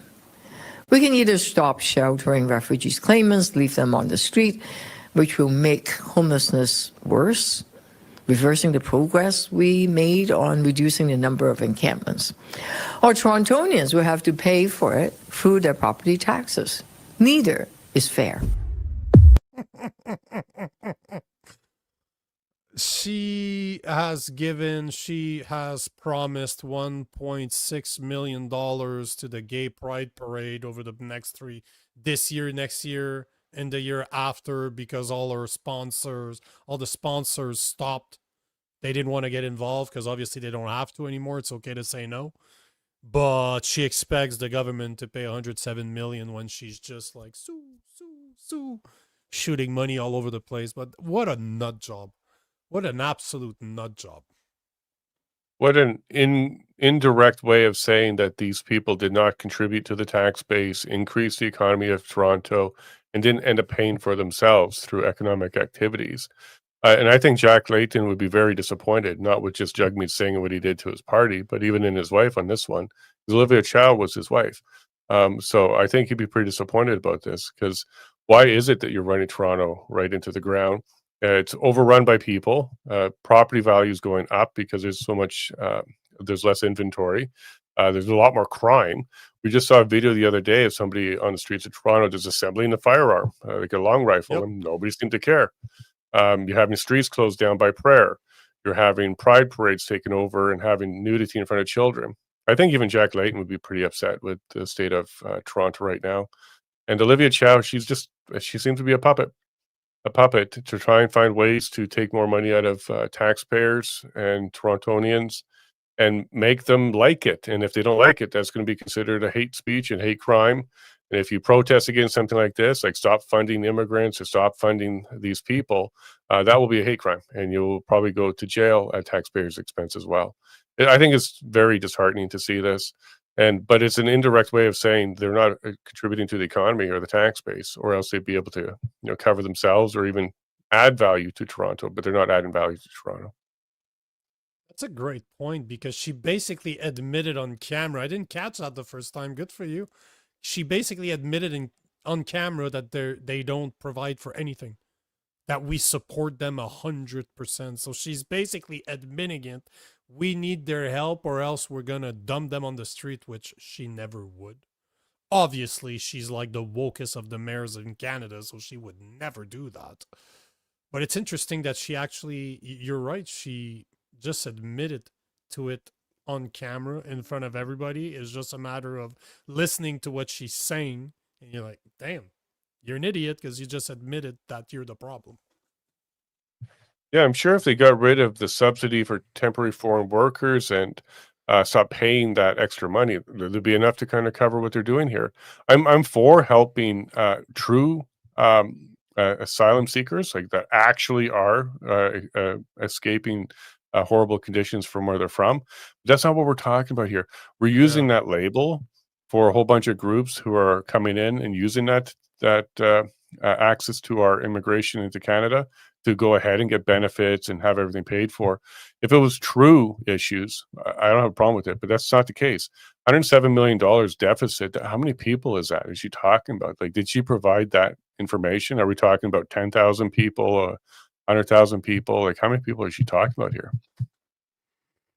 Asylum seekers in Toronto. That's probably easy to find. Asylum seekers that went to Toronto. And It's also the probably a map. origins of these asylum seekers. Are they really coming from a dangerous place, or are they going to a more prosperous place? No. You know, a lot of the asylum seekers right now are coming from the U.S. because Because they're they're getting kicked scared that out.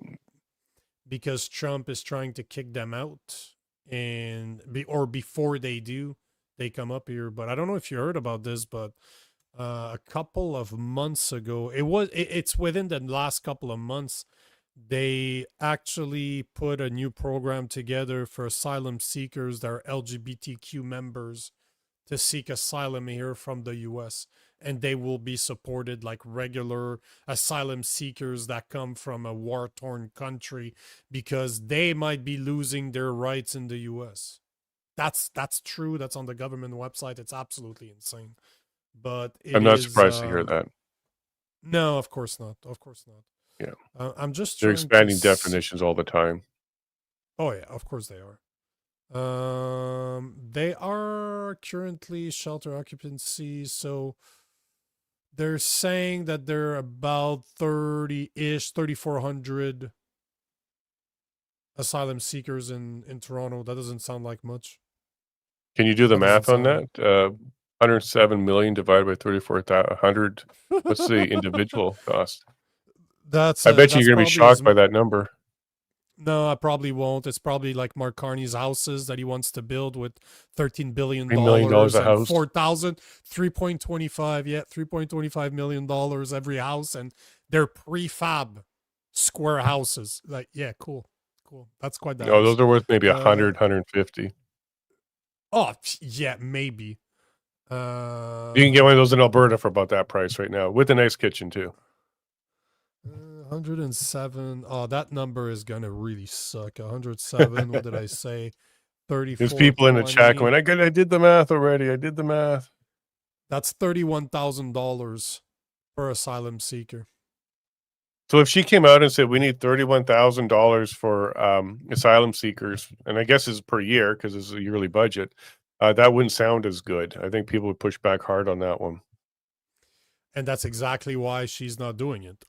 They're not stupid, right? They're saying right now, the federal funding to Toronto since 2017 for asylum seekers has been $670 million.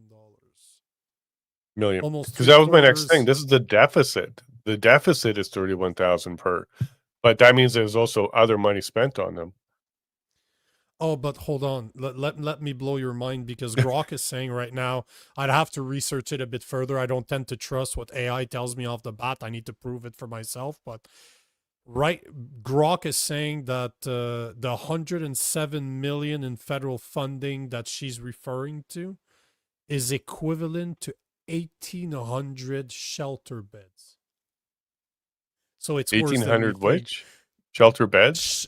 Yeah, because a lot of those refugee claimants ends up in, how do they call them? They end up into the shelters for the homeless, so homeless shelters.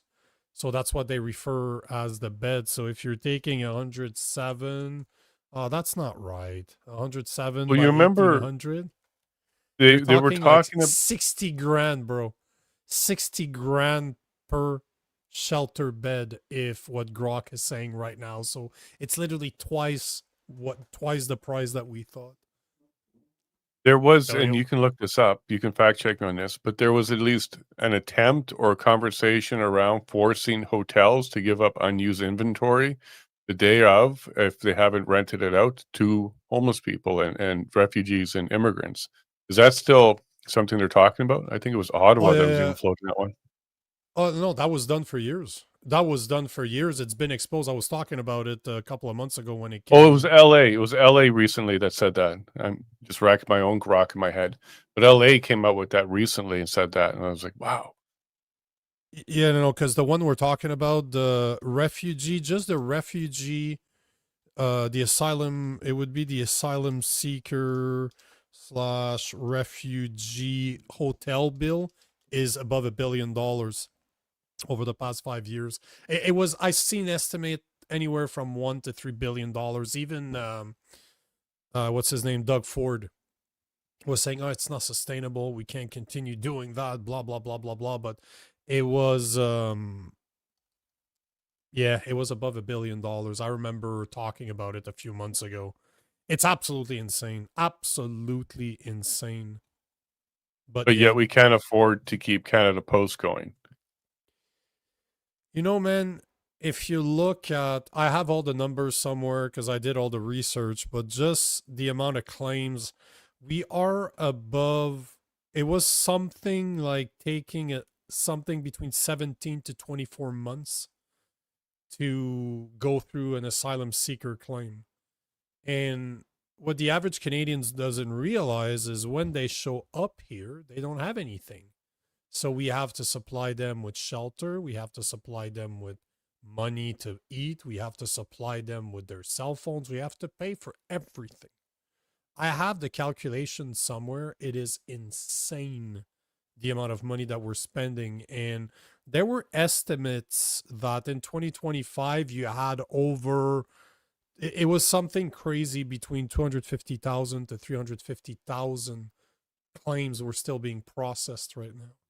And a lot of them are from 2024 because they go over, like they take, as I said, they estimate anywhere between 17 to 24 months to process them. So it's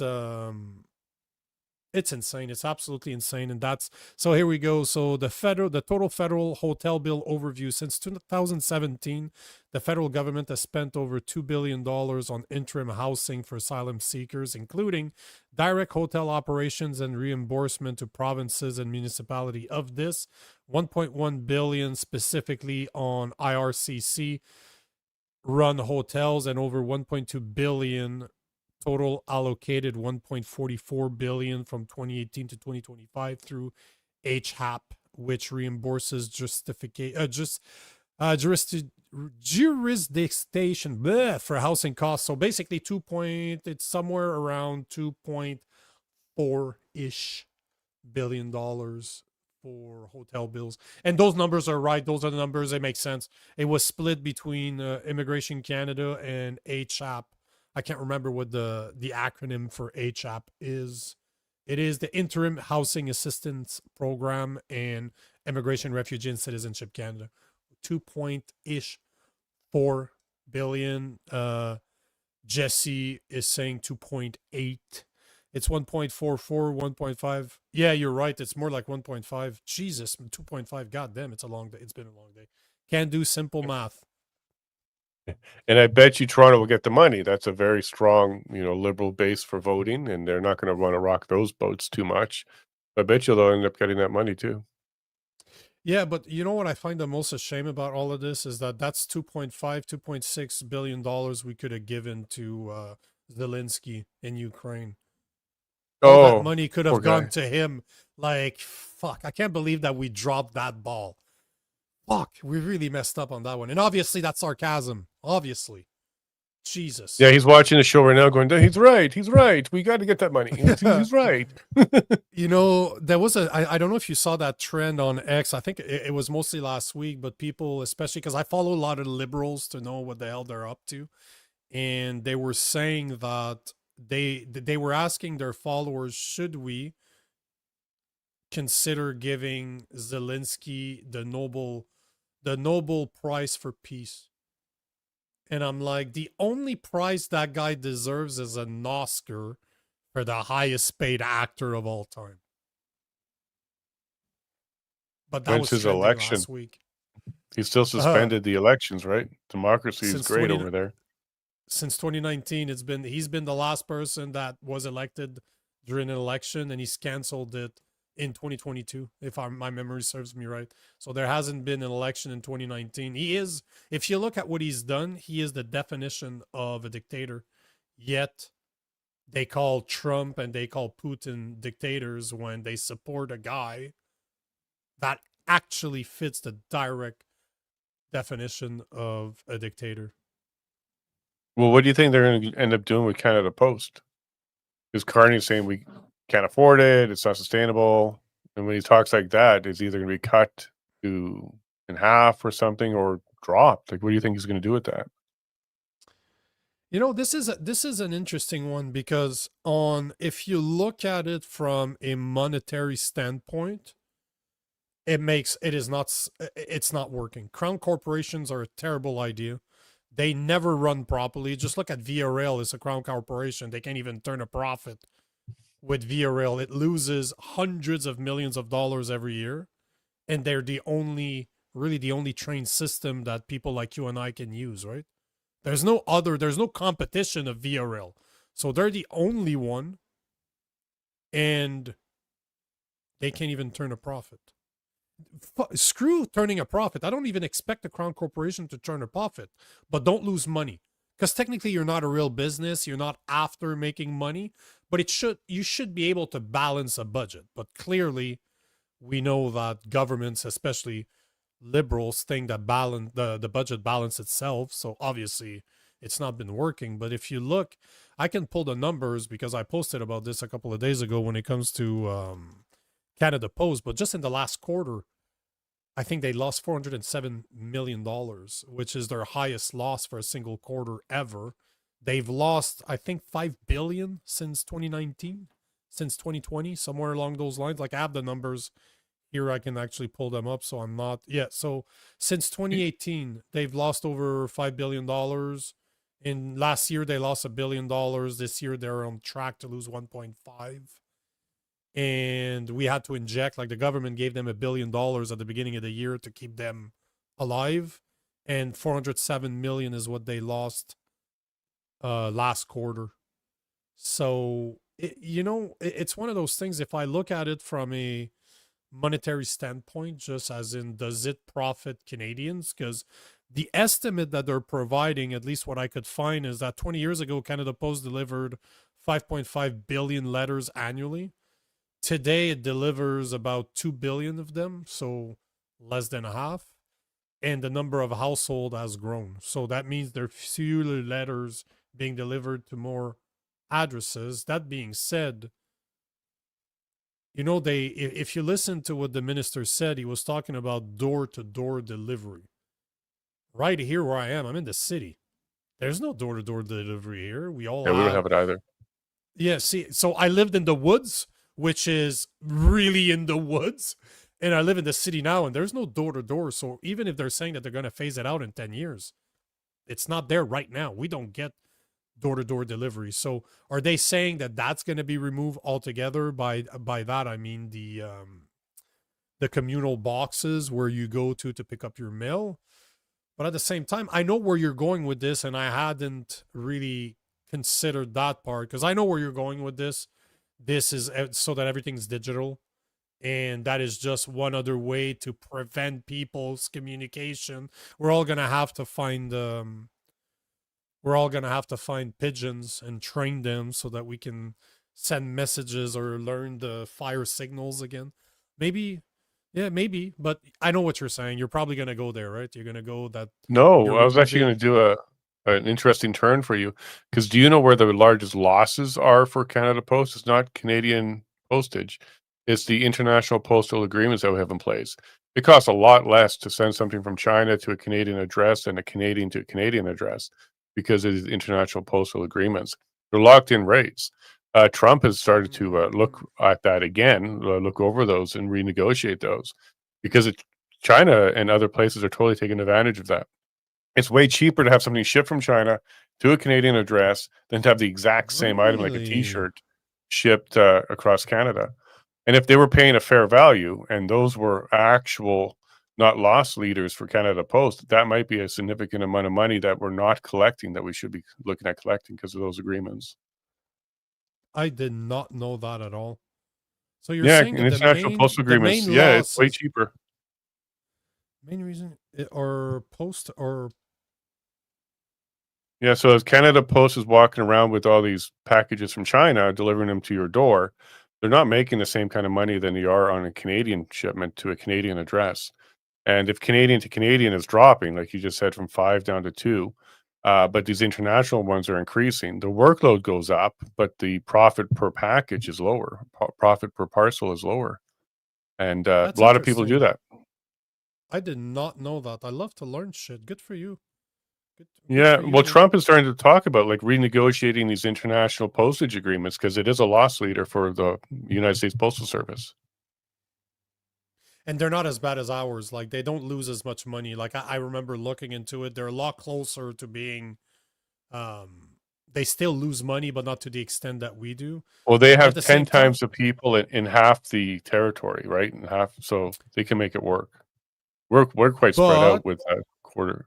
yeah, but I can tell you, man, as a guy that spends a lot of his time in the U.S. and they deliver on Saturday, Sunday too. Like those guys are Mhm. always working. Like the postal workers. I don't know if you're a fan of Seinfeld, but I'm a massive fan of Seinfeld. And every time I hear postal worker, I think about Newman, the Mhm. guy that won't deliver when it's raining. But they work hard, man. They work hard in the U.S. when it comes to the Well, postal workers. I So, suspect we're going to see a lot more drones in the next 10 years. That technology oh is yeah. going to expand. And you're going to see maybe once a week delivery. That might be a short-term fix on this. So every Tuesday you can expect your mail, or depending on, it's like a garbage pickup. You know, you have your day of the week and it's your zone. And here we go with smart cities and zoning. But they may start doing that with postal as well. That's interesting. I'm gonna have to check it out because I'm just doing a tiny bit of research as we're talking. And parcel. Yeah, India, China, other countries take advantage of that. Drop shipping to Canada from China is cheaper than Canada to Canada. Far cheaper. But that makes zero sense. It's basically like the agreement. I don't know if they're still in place. I'd have to look at the state of the agreements, but the Quebec sells a lot of his hydroelectricity to the US and to Ontario, and Americans pay less for the power than we do as the province that produces it because the agreements Mhm. are so old and they're locked in, right? Similar to what you're talking about. So, yeah, I'd have to check, but I don't know. I never thought about. I This has never been mentioned in the research that I've done. So that's very interesting. I'm really gonna need to look into this because that's a massive problem if we're losing money because of those postal agreement, international postal agreement. And I can see a lot of smaller businesses kind of pushing their inventory, warehousing, and logistics to Amazon, because if you do that, then they have such a network and purchasing power with the amount of business that they do that they can lower costs. But if you're a small business, this is another way of consolidating small business activity in Canada, is by making the postal service so expensive that it makes more sense to go into a warehousing environment like Amazon. You may even see another Amazon logistics competitor, maybe FedEx or DHL or Purelator, start doing that as well. They will hold your inventory and drop ship for you. But that's a way of consolidating small business activity. Also, tracking, knowing who's buying what. It's another way of consolidating that. Yeah, that's definitely an aspect that's not spoken about. Definitely not an aspect that's even right now. I'm just doing quick research and I can't find the numbers. I'm gonna have to Yeah, actually it's gonna sit be down tough. and dig. I'm gonna have to dig in. Yeah, the international postal agreement. Trump's been talking about renegotiating that. China, of course, would be upset because they take advantage of it a lot. A T-shirt from China hits your door for a fraction of a T-shirt from Toronto would. Ah, man. And I'm Yeah, just talking that's about the shipping cost, not the manufacturer. I'm just talking about the shipping cost. it's just it makes no sense. It makes zero sense as a business to do that. Why would you charge less for international shipping than you would for local as It's in not the within business, it's the Canada? agreements between countries. It's the agreements between the No, I postal understand. services. I'm Yeah. saying as a business because Canada Post is still a crown corporation. So as much as it's Mhm. supposed to be ran like a private business, the government is the one running it. So they made the agreement knowing that Canada Post would be the one paying for those international costs that we're not charging, like the lower rate that we're charging them compared to Canadians. So basically, they knew that the Canadians would be paying the balance. At the end of the day, that's like a form of taxation, if you ask me.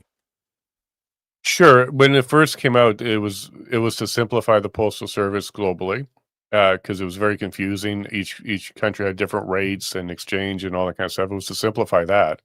But like any other program where the government or an international body gets involved, somebody figures out how to abuse it to their benefit. And that's happening right now. It's being abused beyond where I think they ever thought it would be. Because it was just to make it so it was affordable and logistically plausible to have exchange of email, or not email, of mail globally. That's why they brought it in and had these agreements put in place. But it's been exploited, like any other well-intentioned program usually will get exploited. And it certainly is being now, to the detriment of countries like US and Canada, UK. Our postal services, the wages go up, the cost of living goes up in our countries, but the rates stay the same. So they're carrying tons of packages, and we're taking a hit on it. It's probably that we sign too long of agreements. Because I know in telecommunication, we some of the companies that we dealt with, like not companies, but like the federal government, we could sign a 10-year deal.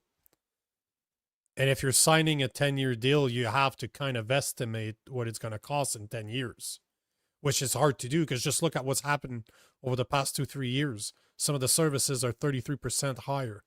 33% higher. And there's no way that if you signed an agreement 5-10 years ago, or let's say 5 years ago, you could have predicted that delivering certain services could cost 33% more. And there's no way that people factored that into their business model. There's no way. So that's why signing those long-term agreements, which I would imagine, I can't find the agreements, and I don't know if they're even possible. Yeah, it's called the found, but Universal Postal Union. It's from the UN. And it was created in 1874, but the UN runs it now. Of course they do. Yeah. Of course they do. Yeah. Yeah, specialized agency of the United Nations since 1948. So you want to look they're up the one Universal responsible Postal for the Union. agreements. Mm-hmm. Yep. And the rates and the exchanges. Of course they are. And China definitely takes advantage of it. Yeah, of course they are. They take advantage of pretty much everything. So it makes sense, right? Yeah, well, as a consumer, you're like, okay, well, if I'm ordering off Amazon or eBay and it's coming from China, sometimes it's free or fixed international rate. But as somebody was, I want to sell T-shirts, for example. I want to sell my T-shirts for my show. Shipping Canada to Canada is far more expensive than drop shipping from China. It takes longer, but the shipping's way lower. So if the shipping price is lower, that means Canada Post is getting a smaller piece of that. But again, like you said earlier, it's also very advantageous to dealing with Amazon since they have they have their own force delivering those packages. They literally build their own independent workers that don't technically work for them, but they're like contractors. Yeah. So it's their business model is absolutely very intelligent, very, very intelligent. Yeah, they're going to be a logistics leader for sure, for sure. They you already may are. end up. They already are. Yeah. We can go over conversation one day. What I think they're so powerful that they can create shortages, like fake shortages. That's how powerful Amazon is, right? You see that all the time. You go to their page right now and they're like, oh, there's only 5 items left. Make sure to buy it right now. So they entice people to buy. But imagine when everything is sold online and you don't buy it from a store, because that's just a matter of time, right? Eventually, you're not going to go to the store anymore. It will just be shipped to you, drone shipped to you. The store doesn't exist. Like if I want to get specialized cable, I could have used to go to Radio Shack, but that's not around anymore. Or a little mom and pop radio place, or electronic store, or computer store. They're all like gone. So if you even wanted to shop local, you can't. No, you can. All of those products are not available anymore. No, you're absolutely right. I remember Radio Shack. God damn. diodes and resistors. You can buy the little parts, like the components. You can replace things and fix things. No, that's done. Good luck with that. Wow, thanks a lot. Made me feeling very old right now. I haven't thought Well, about we have Radio a Shack in a long generator. time. We have a generator that kind of started to get wonky, and it turns out it's just one little piece inside of the electronics for it. Just one little piece inside of the alternator portion of it, the bushings or something, or brushes or something. And we hunted down, finally got a hold of the manufacturer, and they said that one little piece is half the value of the entire thing, and they're not going to ship it because it's so fragile that they don't want to take responsibility for it being damaged in shipping because it's such a valuable piece that they literally will not sell it to us. So we have a generator that doesn't make power because we can't get the part for it. And that's ridiculous. You almost need to go on what's the equivalent? What's the name for Facebook Marketplace? You need to go on Marketplace and try to find a used one so you can swap the part. Well, that's the irony. This was a used one with low hours. But I have one generator where the engine works great, but the alternator doesn't, the one we're talking about. And another generator where the engine's not good, but the rest is good. So I may have to put it together myself just to get one good working generator. Built a Frankenstein. Yeah, what we ended up doing is buying another one. Everything's disposable now. Like one piece goes bad and then the whole thing's no good. So eventually I'll sit down, put some hours into it and try to Frankenstein something together, and maybe I'll get one more generator out of my parts. We'll see. Wise Guy's saying that this is the end of Canada Post. Amazon was using them in most of the rural area like mine. They're not going to put up with it. They will switch to Pure later. You know, Wise Guy, Amazon delivers rural now. Amazon is the shipper now for me. Out here in the middle of nowhere in Alberta. It's not Pure Later. It's not even a local guy anymore. It's Amazon.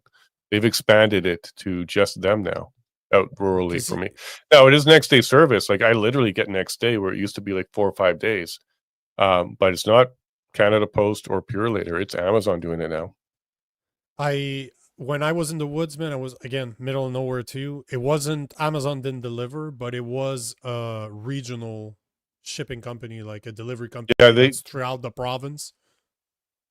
When we moved here, that's what it was. Yeah, when we moved here, that's what it was. So we got to know the local regional logistics companies. Some of them sucked because if it was Breton in a small parcel, they actually would just send it back to Amazon and say, sorry, delivery attempt failed, but they never left Edmonton. But now it's Amazon, like Amazon truck. You see them driving around the Amazon truck now, and they deliver out here now. So they've expanded in that. Over the last year or so, it changed.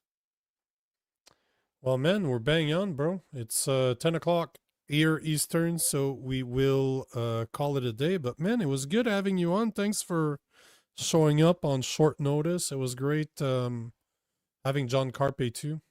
So, such a fan of that guy. He's awesome. I don't remember how I got in contact with him, but he's come on the show so many times. And I think I just reached out to him. I think I just reached out to the Justice Center and I'm like, I would like to have a constitutional lawyer to do a deep dive on that bill. And he shows up. So I think you shared the story. Like you asked your audience and they told you call and contact John Carpay. And then you did. And then there he was. I get that all the time, man. We got some